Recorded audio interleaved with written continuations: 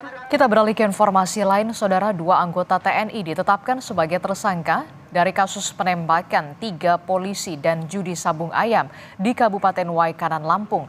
Selain anggota TNI, 1 anggota Polri ditetapkan tersangka dalam kasus perjudian sabung ayam di Waikanan, Lampung.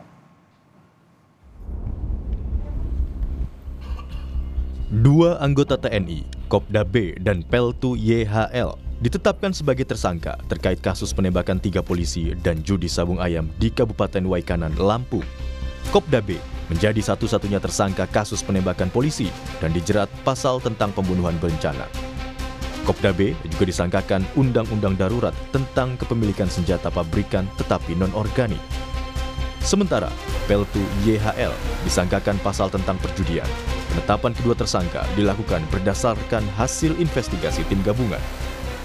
Kopda B itu disangkakan pasal 340 dengan Bionto 338. Sementara untuk tersangka Peltu YHL itu adalah laporan polisinya disangkakan di pasal 303 KUHP. Namun untuk Kopda B karena memiliki senjata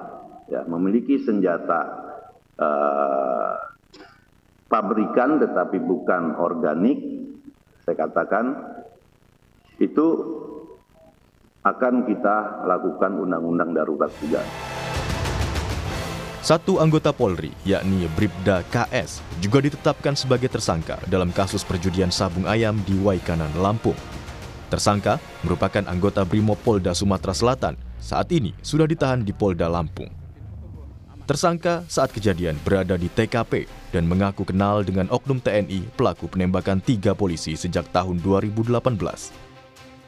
Tersangka juga terbukti terlibat dalam promosi dan ikut bermain judi sabung ayam.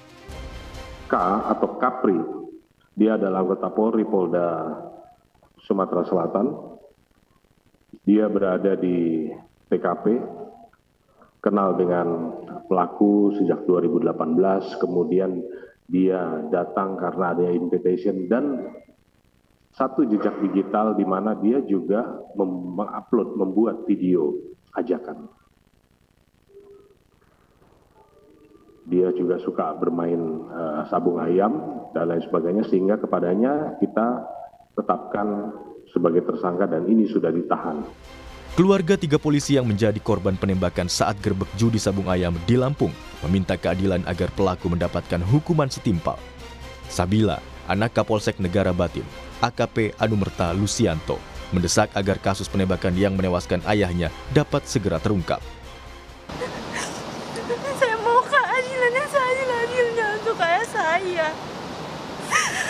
Ayah saya sudah meninggal, masih difitnah, Pak. Fitnah soal apa? Soal setoran, apapun itu. Saya tidak peduli hal itu, Pak. Saya cuma mau keadilan buat ayah saya, Pak. Saat ini, proses hukum terhadap pelaku terus dilakukan.